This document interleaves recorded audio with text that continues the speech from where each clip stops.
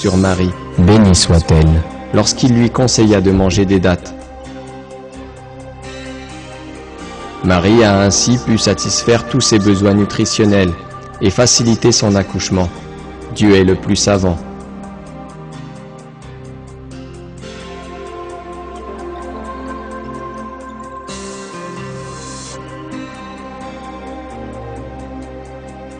En plus des dattes, Dieu donna à Marie, bénie soit-elle. l'accès à un ruisseau. Nous savons que l'eau est très importante à plusieurs égards pendant la grossesse. Parfois, la vue ou le son de l'eau peuvent automatiquement réguler l'action des muscles.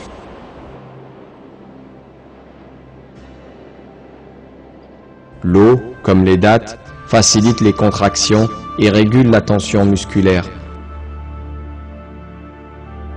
Certaines cliniques de naissance modernes proposent d'accoucher dans des piscines.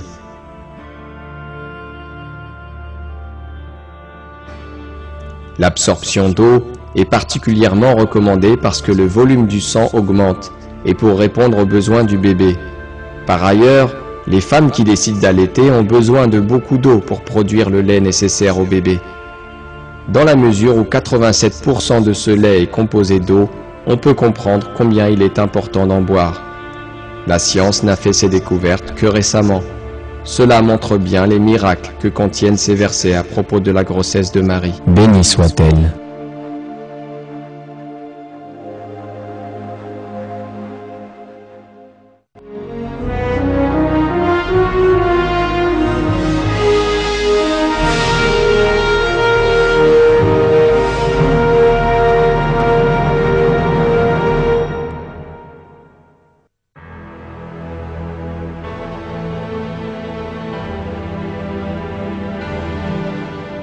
Lorsque Marie Bénie soit-elle. revint parmi les siens avec Jésus, il ne pouvait comprendre le miracle de Dieu.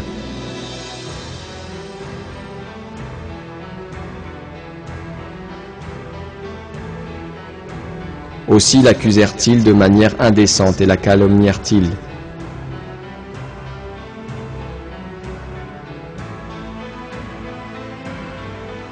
Dieu révèle quelques-unes de ces calomnies.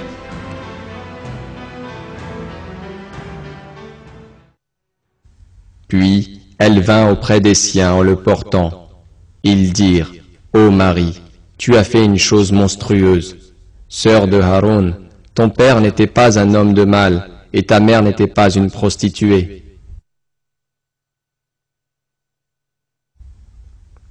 Sans aucun doute, cela fut une grande épreuve pour Marie. Bénie soit-elle.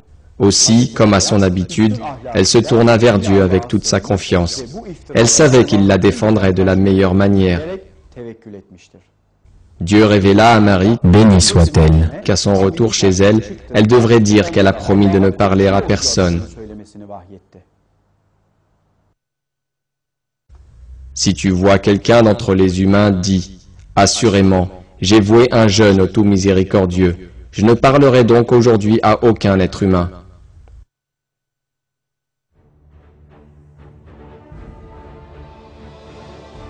Une fois de retour, elle montra Jésus à ceux qui lui disaient du mal.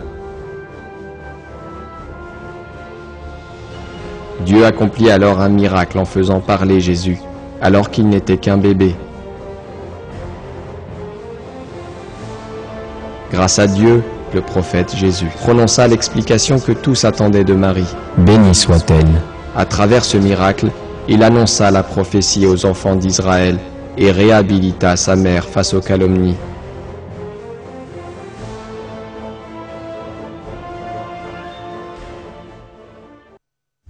Marie leur fit signe de s'adresser à l'enfant.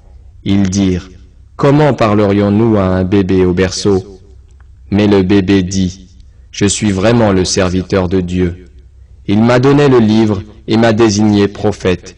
Il a fait de moi un être béni où que je sois. Il m'a ordonné de pratiquer la salate et la zakat, ma vie durant, ainsi que d'être bon envers ma mère. Et il n'a point fait de moi un être violent ni méchant. Et que la paix soit sur moi le jour où je naquis, le jour où je mourrai, et le jour où je serai ressuscité vivant. Tel est Jésus, fils de Marie, parole de vérité, dont il doute. »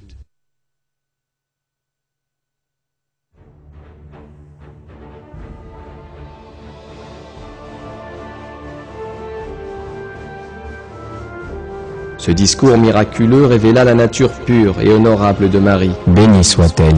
et déjoua les pièges des non-croyants.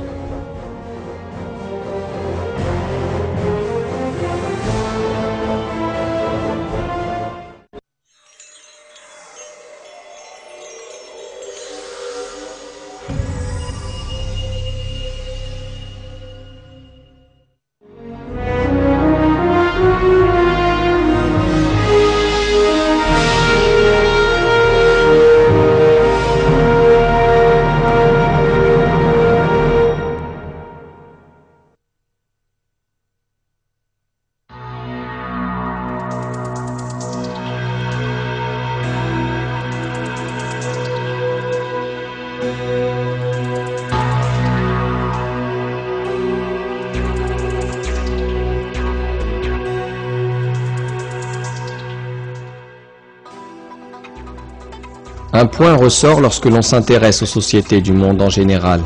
Dans de nombreux pays, des femmes sont au chômage, dans le besoin, souffrent de violences et d'abus. Aucune solution durable n'a été trouvée à ces situations pénibles. Il ne semble pas y avoir de solution pour la simple raison qu'on ne la cherche pas au bon endroit. Pour toutes les situations, le Coran offre une solution.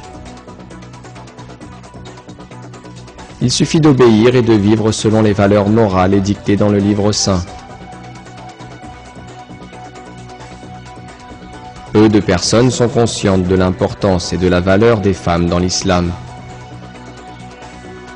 Ces individus, ainsi que tous ceux dont la connaissance du Coran est insuffisante, essaient de protéger leurs droits en se cantonnant à leur vision du monde, qui suit la logique de l'incrédulité. C'est pourquoi ils sont incapables de trouver une solution durable.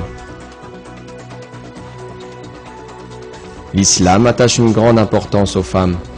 Dans de nombreux versets, Dieu insiste sur la protection des femmes et de leurs droits.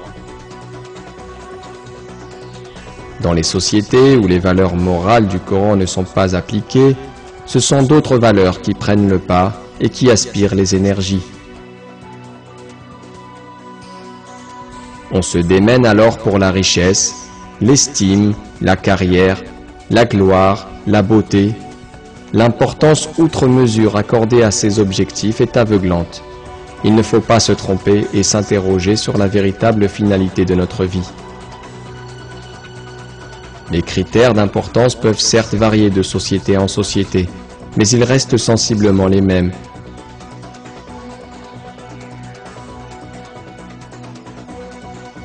Ce sont ces mêmes critères qui sont à la base des débats en cours sur le rôle de la femme.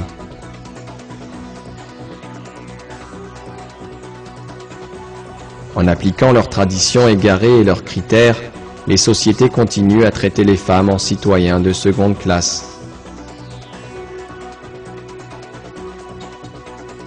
Pourtant, avec le Coran, Dieu nous fait comprendre que taqwa, ou piété, est la seule mesure de supériorité parmi les êtres humains.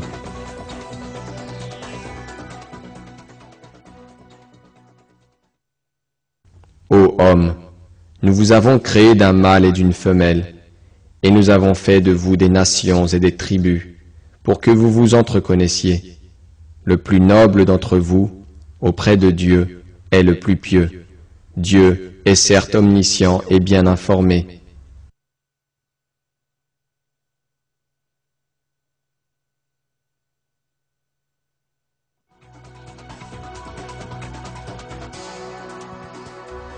Tous ceux qui voient une supériorité dans le genre, la race, la force physique ou un tout autre critère sont dans l'erreur. L'unique supériorité réside